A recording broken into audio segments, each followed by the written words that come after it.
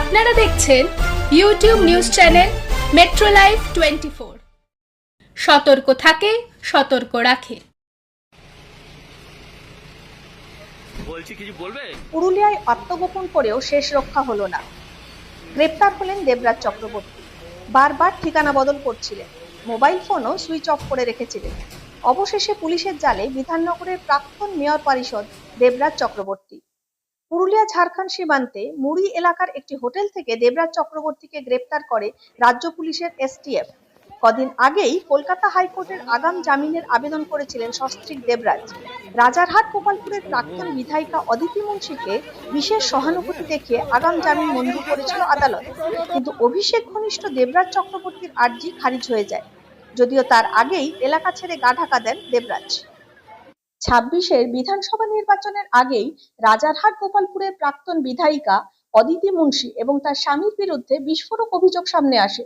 অভিযোগ ওঠে, ভোটের আগেই অদিতি ও দেবরাজ অন্তত 100 কোটি টাকার সম্পত্তি বেনামে আত্মীয় স্বজন ও পরিচিতদের মধ্যে হস্তান্তর করেছেন। শুধু তাই নয়, নির্বাচনী হলফনামায় তৃণমূল প্রার্থী অদিতি মুন্সির সম্পত্তির পরিমাণও কম দেখানো হয় বলে অভিযোগ ওঠে। এছাড়াও তোলাবাজি, সিন্ডিকেট চালানো, জমি দখলের মতো একাধিক অভিযোগ সামনে আসে। এরপরেই গ্রেফতারের আশঙ্কায় রক্ষা কবচ চেয়ে কলকাতা হাইকোর্টের দ্বারস্থ হন অদিতি মুন্সি এবং দেবরাজ চক্রবর্তী। কি বলবেন দাদা? প্রসেনজিতের আত্মা আজকে শান্তি পাবে, প্রসেনজিতের আত্মা শান্তি পাবে, কাকিমা অনিমা কাকিমা শান্তি পাবে। একটা বাচ্চা ছেলেকে খুন করেছিল বিজেপি করার অপরাধে। কিরকম নেতা সে, তার বউ বাচ্চাকে ছেড়ে পালিয়ে বেড়াচ্ছিল।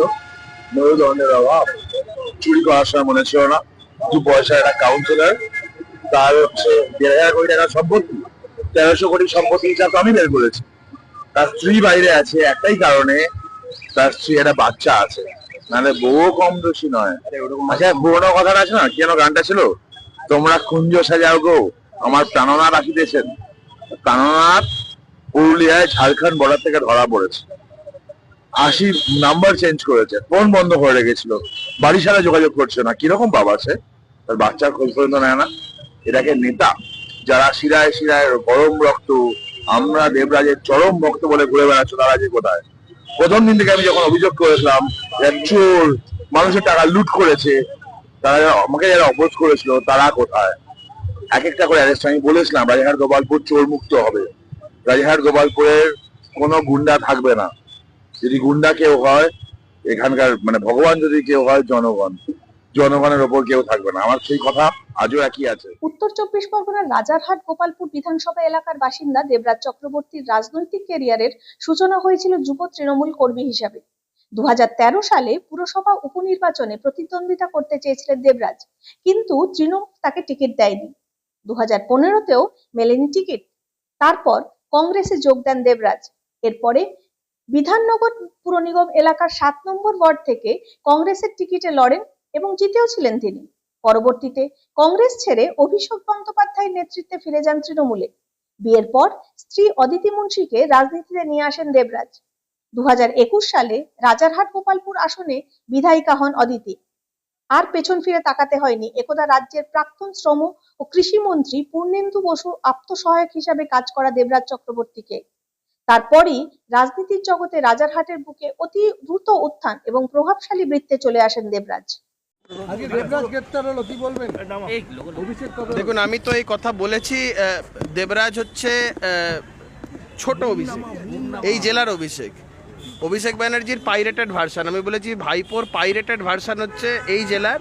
এরকম অনেক অভিষেক ব্যানার্জির লাইট ভার্সান আছে বিভিন্ন জেলায়। অভিষেক ব্যানার্জি এরকম বিভিন্ন লোকজনকে করে রেখেছে তার লাইট ভার্সান জেলায় টাকা তোলার জন্য। দেবরাজ শুধুমাত্র সাধারণ জনগণ ব্যবসায়ীদের থেকে তোলাবাজি করতো না, তৃণমূল নেতাদের থেকেও তোলাবাজি করতো, তৃণমূল নেতাদের থেকেও টাকা তুলতো দেবরাজ। সেটা কিভাবে? বাবা, ওদের দলে জিজ্ঞাসা করে দেখুন না, দলের এই কাজ করতে হবে, ওখান থেকে বলে দিত ক্যামাক স্ট্রিটের নির্দেশ আছে এত টাকা দিতে হবে, পঞ্চায়েতে ভোটে লড়তে হবে ক্যামাক স্ট্রিটের নির্দেশ এত টাকা দিতে হবে। এই টাকাগুলো তো কালেকশন করতো দেবরাজ, এবং কোথায় কোন জায়গায় বড় কোন ব্যবসায়ীর কোন কাজ কি হবে না হবে, ক্যামাক স্ট্রিটের নির্দেশ দেবরাজের মারফত এখান থেকে কাকে কত টাকা দিতে হবে। ওই যে বললাম ভাইপোর পাইরেটেড ভার্সান, ভাইপো লাইট এই জেলার, উত্তর 24 পরগনা জেলার ভাইপো লাইট ছিল দেবরাজ, লাইট ভার্সন অফ ভাইপো। তো সেই ক্ষেত্রে দেখুন, আগে যেটা ছিল, আগে শাসকের আইনের সরকার ছিল, তো তার গ্রেপ্তারির বিষয়গুলো হতো না, বা তাদের মতন এরকম বিভিন্ন জেলা জুড়ে বিভিন্ন ভাইপো লাইট ভার্সন যেগুলো, যেমন ধরুন এই দক্ষিণ 24 পরগনার যে ভাইপো লাইট ভার্সন, যে বলতো পুষ্পা ঝুঁকে গানি, হাফ প্যান্ট পরে কোমরে দড়ি পরিয়ে ঘুরেছে পুলিশ। দ্বিতীয়ত এই জেলাতেও দেখুন ভাইপো লাইট ভার্সন দেবরাজ গ্রেপ্তার হয়েছে। তো এরকম অনেক বিভিন্ন ভাইপো লাইট যে ভার্সনগুলো আছে বিভিন্ন জায়গায় গ্রেপ্তার হবে। এদিকে ধৃত দেবরাজ চক্রবর্তীকে আজ বারাসত আদালতে তোলার সময় শুরু হয় টিম থেরাপি। পুলিশ সাবধান করলেও ফল হয়নি। আদালত চত্বরে দাঁড়িয়ে মিলি বিশ্বাস নামে একজন মহিলা আইনজীবী কি বললেন শুনুন। আপনি ওদেরকে ডিল করছেন। আজকে যদি টিএমসি যদি ক্ষমতায় আসতো, ওই 4 তারিখ রাত্রে কি বলেছিল অভিষেক বন্দ্যোপাধ্যায়, কি বলেছিল যার সন্তানটা, কি হতো মানুষের, সেই গ্যারান্টি কি আপনারা নিতে পারতেন? আমি নিজে 21 আমি লিগাল সেলের দায়িত্বে ছিলাম উত্তর দমদম বিধানসভায়, সেখানে কোনো পুলিশকে পাওয়া যায়নি, পুলিশের কাজ করতে দেয়নি। কিন্তু আপনারা তো এখন কাজ করতে এসছেন, কিন্তু অবশ্যই, কিন্তু সেই কাজ কতক্ষণ আমিও রাখতে পারবো জানি না। আপনি আমার জন্য গাড়ি রেডি রাখুন,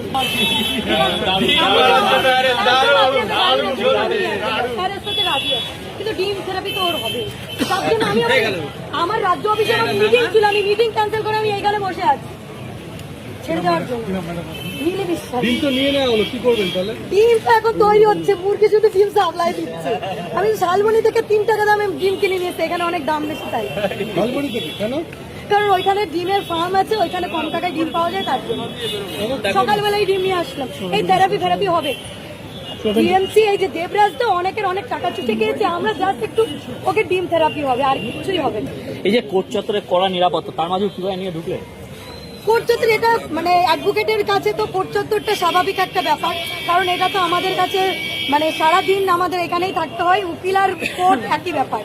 অন্যদিকে ধরা পড়তেই কি দেবরাজ চক্রবর্তীর থেকে দূরত্ব বাড়াতে শুরু করলো কালীঘাট তৃণমূল? শুনুন কুণাল ঘোষ কি বলছেন। আমি এই বিষয়ে কোনো মন্তব্য করব না, আমি এই নিয়ে কোনো মন্তব্য করব না। কেউ যদি বিপুল পরিমাণ সম্পত্তি করে থাকে, তাহলে সেই সম্পত্তি কোথা থেকে এলো সেটা ইনভেস্টিগেটিং এজেন্সিকে জাস্টিফাই করার দায়িত্ব তার।